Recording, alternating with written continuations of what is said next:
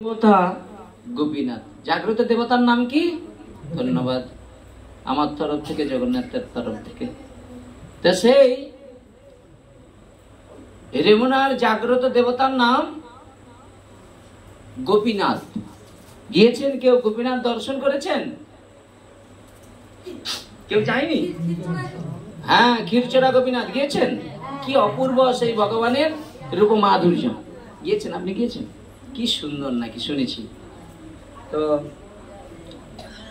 সেখানকার জাগ্রত দেবতা, জাগ্রত দেবতা কাকে বলে জানেন? যে যা চায় ভগবান সবাই মনের বাসনা পূর্ণ করে দেয়।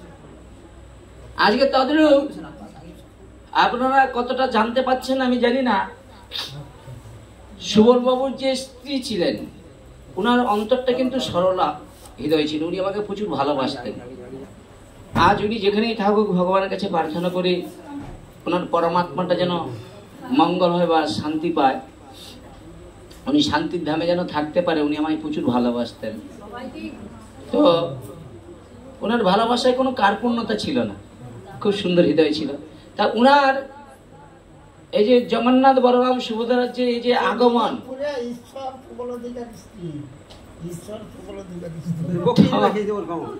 সেই জগন্নাথ বলরাম সুভদ্রা আজকে উনার গৃহমন্দিরে আশ্রয় করে রয়েছেন।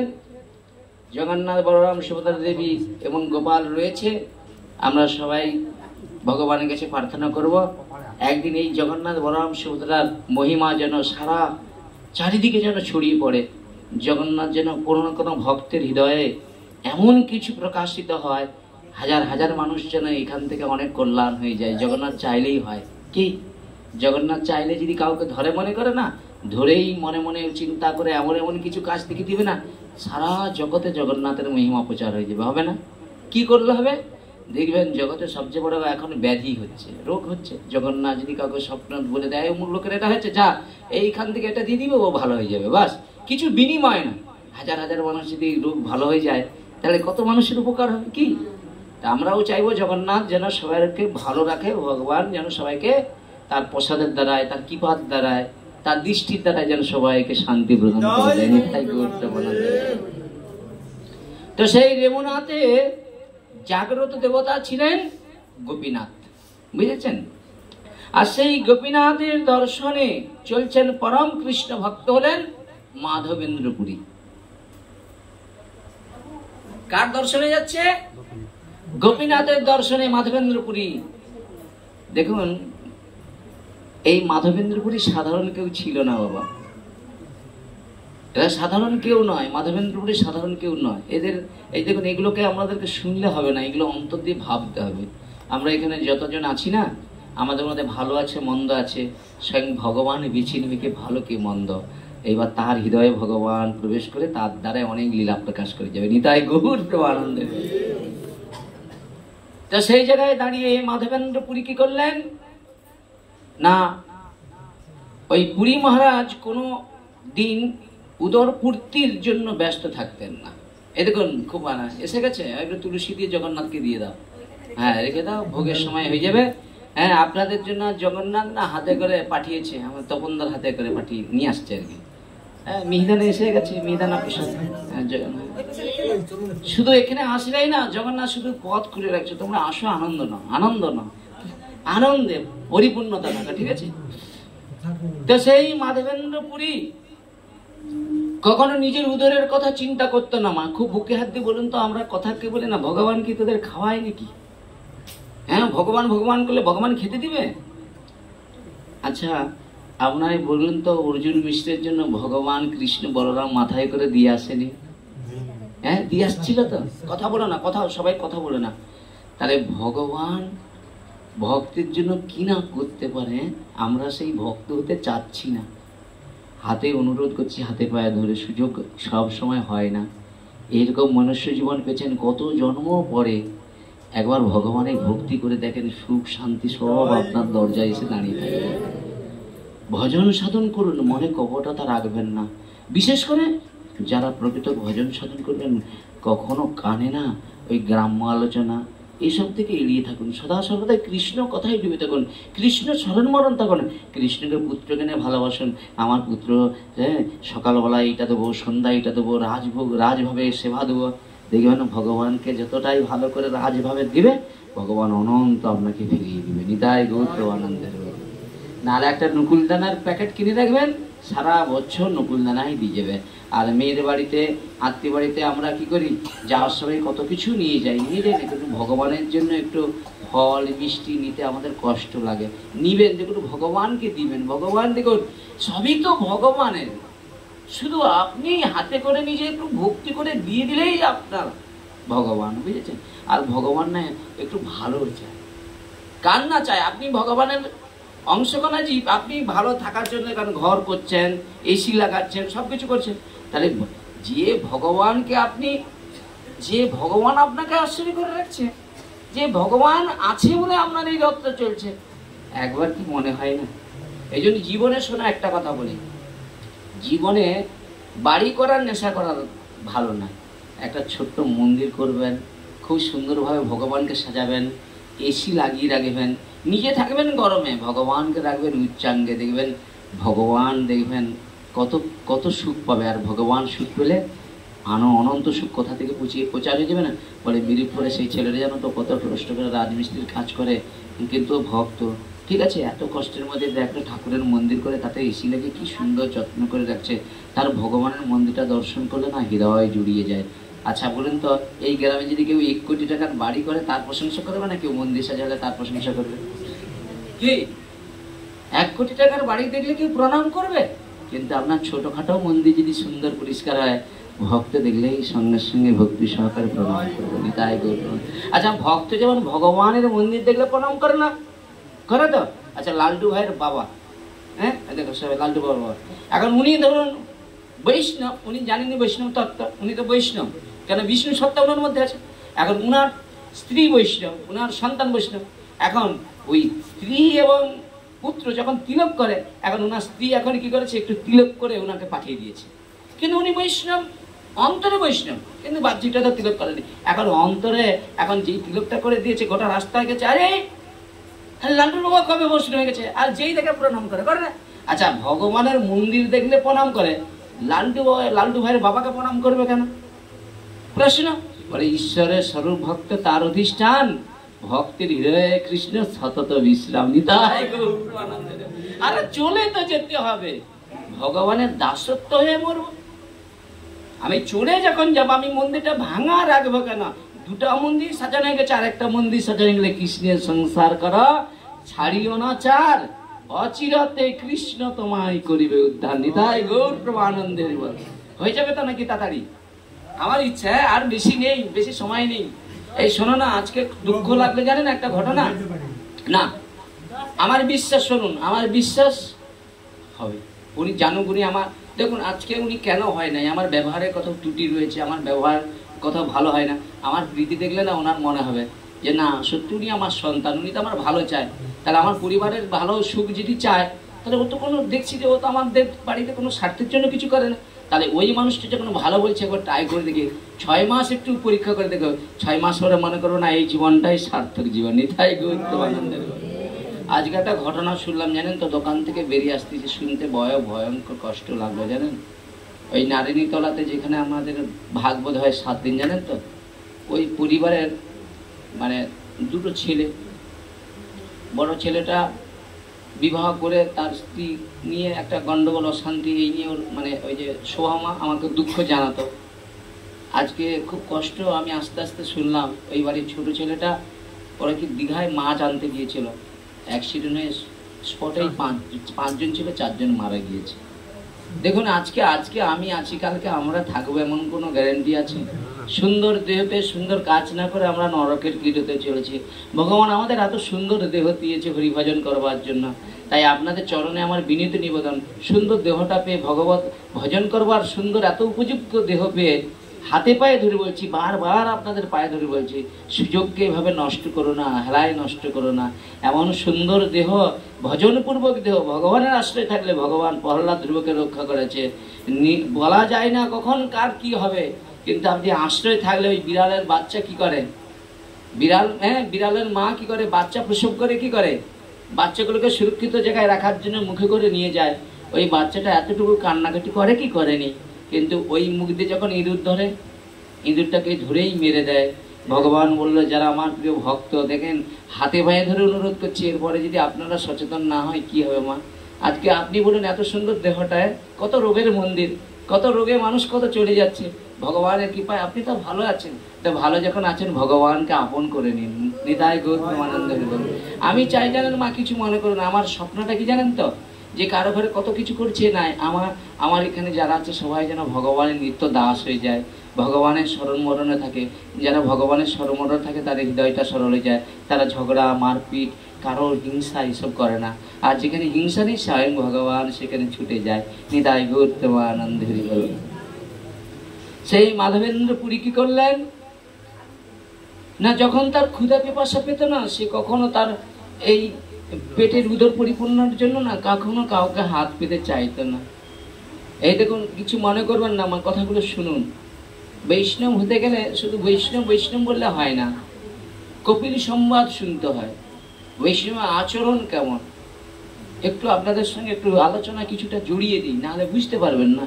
বৈষ্ণব ধর্মটা করতে গেলে আগে শাস্ত্র শুনতে হবে। শাস্ত্র না শুনে যদি আপনি বৈষ্ণবতা নিয়ে নেন না, বৈষ্ণবতাটাকে এত সহজ নয়, বৈষ্ণবতাটাকে রক্ষা করতে হবে। কি আর রক্ষা করার জন্য শাস্ত্র আপনাকে গাইড লাইন দিচ্ছে, মানে কিভাবে তুমি চলবে।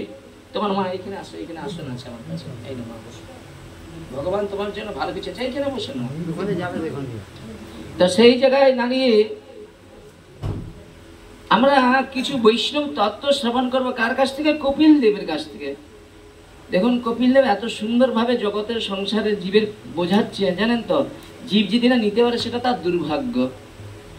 এক সময় কপিল দেবের মাতা মা দেবহতী দেবী, বুঝেছেন, তার পুত্র কপিল দেবের কাছে বললেন, আমি এই জড়জগৎ, এই জগৎটাকে জড়জগৎ বললেন, বলছে আমি এই জড়জগতে বিষয়ে মোহগ্রস্ত হয়ে গিয়েছি, আমি সেই জন্য তমসাবিত সংসার কূপে পতিত হয়েছি। মানে আমার এই যে স্মৃতিটা আস্তে আস্তে করে জড় আকাঙ্ক্ষার প্রতি এমন হয়ে গেছে, আমার আত্মাটা ঊর্ধ্বগতি হবে কি নিম্নগতি হয়ে গিয়েছে।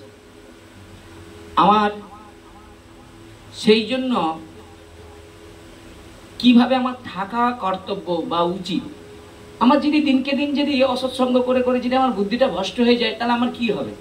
আমার আত্মার কল্যাণ হবে না আত্মার অধঃপতি হয়ে যাবে? ধরুন, ভগবান আমাকে মনুষ্য জন্ম দিয়েছে, আমাকে জ্ঞান বিবেক বৈরাগ্য দিয়েছে, কি কোনটা ভালো কোনটা মন্দ, আমি ভালো মন্দ বুঝেও যদি আমি মন্দের কাছে যাই, তাহলে আমার দশাটা কি হবে? নরক হয়ে যাবে। এবং তার জন্য কি করা কর্তব্য বা উচিত, মা তার পুত্র কপিল দেবের কাছে জানতে চাচ্ছে। তা থেকে আমরা 2-4টা ভালো কথা শ্রবণ করব, দিয়ে আমরা কিন্তু মাধবেন্দ্র পুরীর কাছে চলে যাব। কপিল দেব বললেন, মাগো, শুদ্ধ ভক্তের সঙ্গে ভগবানের লীলা কথা যদি কেউ ভক্তি সহকারে শ্রবণ করে, তার হৃদয় এবং কর্ণের তৃপ্তি ও সন্তুষ্ট হয়ে যায়। শুদ্ধ ভক্ত মানে কি? তার কোনো আকাঙ্ক্ষা নাই, তার একটাই আকাঙ্ক্ষা, যে সে যেখানে জন্মগ্রহণ করবে তার দৃষ্টি যেদিকেই যাবে সেদিকেই সে শুদ্ধ ভক্ত ছাড়া অন্য কিছু দর্শন করবে না। কার বাড়ি কার কি এটা নয়, কে কতটা ভক্তিতে এগিয়ে গিয়েছে এটাই তার কাছে সবচেয়ে বেশি পাওয়া। বলছেন, মা, এই যে ভগবত কথা আমরা যারা শ্রবণ করি, কি বলছি, কেন শ্রবণ করবো? কপিল দেব মা দেবহতী দেবীকে বলছে, মা, ভগবত কথা আলোচনার ফলে, এই যে আলোচনা হচ্ছে না, বলছে ভগবত কথা আলোচনার ফলে দুঃখময় সংসার থেকে শ্রবণ করতে করতে মানুষ ধীরে ধীরে মুক্তির পথে এগিয়ে যায়। আপনারা বুকে হাত দিয়ে বলুন তো, আজ থেকে 5 বছর আগে কি আপনারা এই ভাগবত কথা শোনার জন্য আপনাদের এত মানে ঐকান্তিক ভাবে প্রচেষ্টা ছিল? বুকে হাত দিয়ে বলুন। হ্যাঁ, আচ্ছা, তখন কি আপনাদের গুরুবর্গ ছিল না?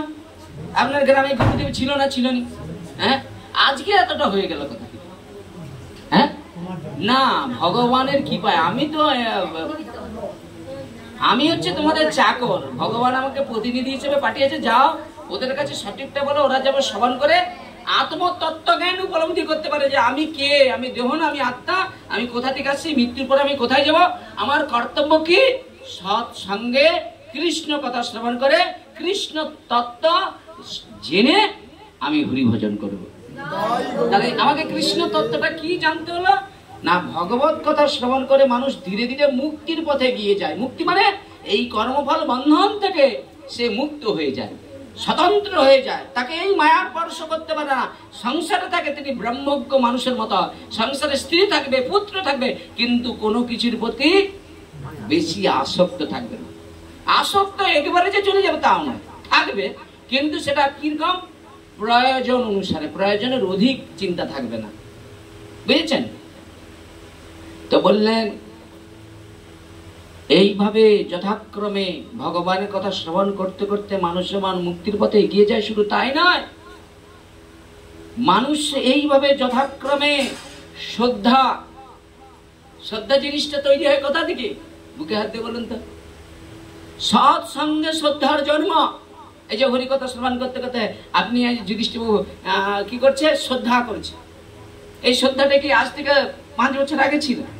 কি এমনও কি কিছু মনে করবেন না, আত্মীয় স্বজন পিতা মাতা তাদের প্রতি শ্রদ্ধা ছিলেন, কিন্তু এখন শ্রদ্ধাটা কিন্তু একটা বাচ্চার প্রতি হয়ে গেছে। তাহলে বলুন তো, এটাই হলো প্রকৃত সৎসঙ্গের মহিমা। কেন?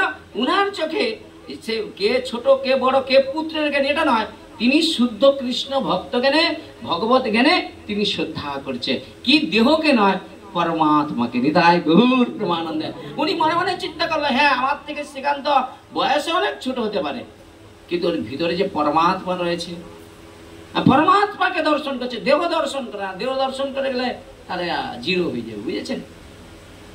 তাহলে মানুষের কি হয়? শ্রদ্ধার জন্ম হয়। আচ্ছা, শ্রদ্ধার পরে কি হয়? রতি, রতি, রতি, বুঝেছেন? আর রতির পরে কি হয়? প্রেম এবং ভক্তির হৃদয় হয়। নিতাই গৌর প্রেমানন্দ। দেখুন, আমাদের মেন প্রয়োজন কিন্তু এই জায়গাটা। আমরা যত হরি কথা শুনি, যাই কিছু করি না, মনুষ্য জীবনের একটাই প্রয়োজন হলো কি? রতি, মানে প্রেম এবং ভক্তির প্রয়োজন। আর ভক্তিটা কোথা থেকে জন্ম হবে? প্রহ্লাদ বলছে এটা সৎ সঙ্গে ভক্তির জন্ম হয়। নিতাই গৌর প্রেমানন্দ। বলে আবার সৎসঙ্গ করলে হবে না, যেন তিনি ওই নারদীয় মনোভাব নিয়ে যেন ভক্তির প্রচার করেন। নারদ যেমন কি ভক্তি প্রচার করতেন, কিন্তু বিনিময়ে শিষ্য তৈরি করেছেন, কিন্তু একজন শিষ্য কেউ কিন্তু কি হলো?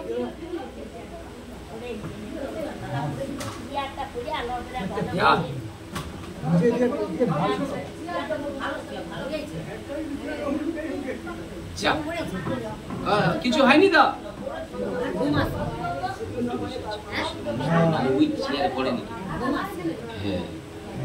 ও সব জগন্নাথ বলরাম সুভদ্রা দেবী কি, ভগবান মঙ্গল হরি নাম সংকীর্তন কি, নিতাই গৌর প্রেমানন্দে।